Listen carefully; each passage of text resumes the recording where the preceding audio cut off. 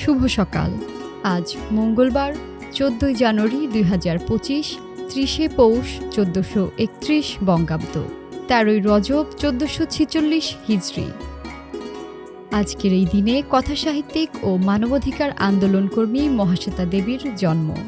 ১৯২৬ সালের ১৪ জানুয়ারি তিনি বাংলাদেশের ঢাকায় জন্মগ্রহণ করেন।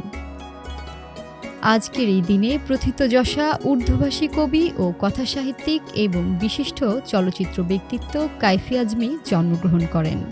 ১৯১৯ সালের ১৪ জানুয়ারি ভারতের উত্তরপ্রদেশের আজমগড়ে এক জমিদার পরিবারে তার জন্ম।